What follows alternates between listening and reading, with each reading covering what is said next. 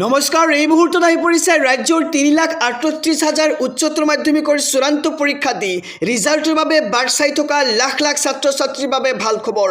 আজি ৰাতিপুৱা যিকোনো মুহূৰ্তত ঘোষণা হ'ব ২০২৬ বৰ্ষৰ উচ্চতৰ মাধ্যমিক চূড়ান্ত পৰীক্ষাৰ ফলাফল।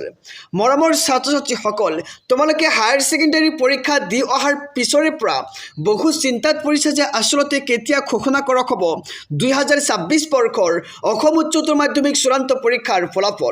মুখ্যমন্ত্ৰীয়ে কোৱাৰ দৰে যেনেকৈ মেট্ৰিকৰ ফলাফল ঘোষণা কৰা হৈছে ঠিক তেনেদৰে কিন্তু হায়াৰ ছেকেণ্ডাৰীৰ ফলাফল ঘোষণা কৰা হোৱা নাই।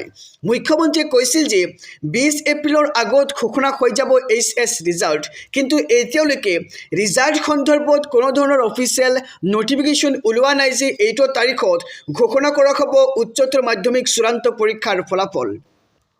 আনকি বহুতো নিউজ চেনেলত খবৰ ওলাইছে যে ২১ এপ্ৰিলৰ পিছতহে ঘোষণা কৰা হ'ব উচ্চতৰ মাধ্যমিক চূড়ান্ত পৰীক্ষাৰ ফলাফল, আৰু এইটো নটিফিকেশ্যনত ওলাইছে যে ২১ এপ্ৰিলৰ পিছত ঘোষণা কৰা হ'ব উচ্চতৰ মাধ্যমিক চূড়ান্ত পৰীক্ষাৰ ফলাফল। আৰু আমি যদি গুগলত গৈ চাৰ্চ কৰোঁ তেনেহ'লে আমি চাবলৈ পাম যে এপ্ৰিলৰ শেষৰ সপ্তাহত আনকি ৩০ এপ্ৰিলৰ আগতেই ঘোষণা হৈ যাব HS ৰিজাল্ট। তোমালোকে এটা কথা জানি থোৱা যে আজিও ৰাতিপুৱা ১১ বজাৰ আগত যিকোনো মুহূৰ্তত ঘোষণা হ'ব পাৰে HS ৰিজাল্ট, কাৰণ শিক্ষা সংসদৰ ফালৰ পৰা হঠাৎ নটিফিকেশ্যন আহি যাব পাৰে আৰু লগে লগেই ঘোষণা হৈ যাব পাৰে ২০২৬ বৰ্ষৰ উচ্চতৰ মাধ্যমিক চূড়ান্ত পৰীক্ষাৰ ফলাফল।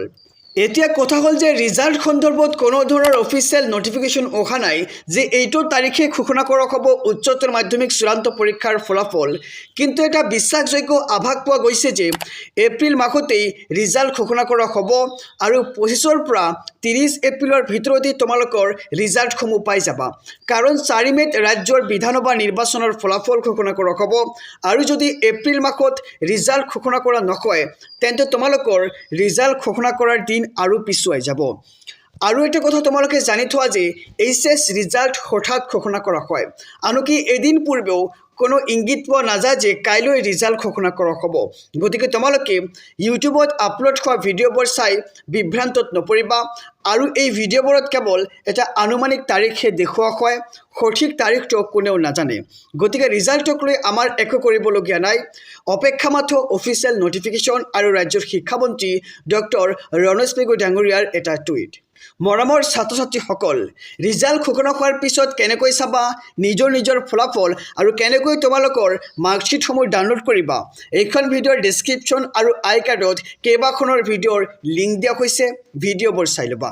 আজিলৈ ইমানেই, ধন্যবাদ।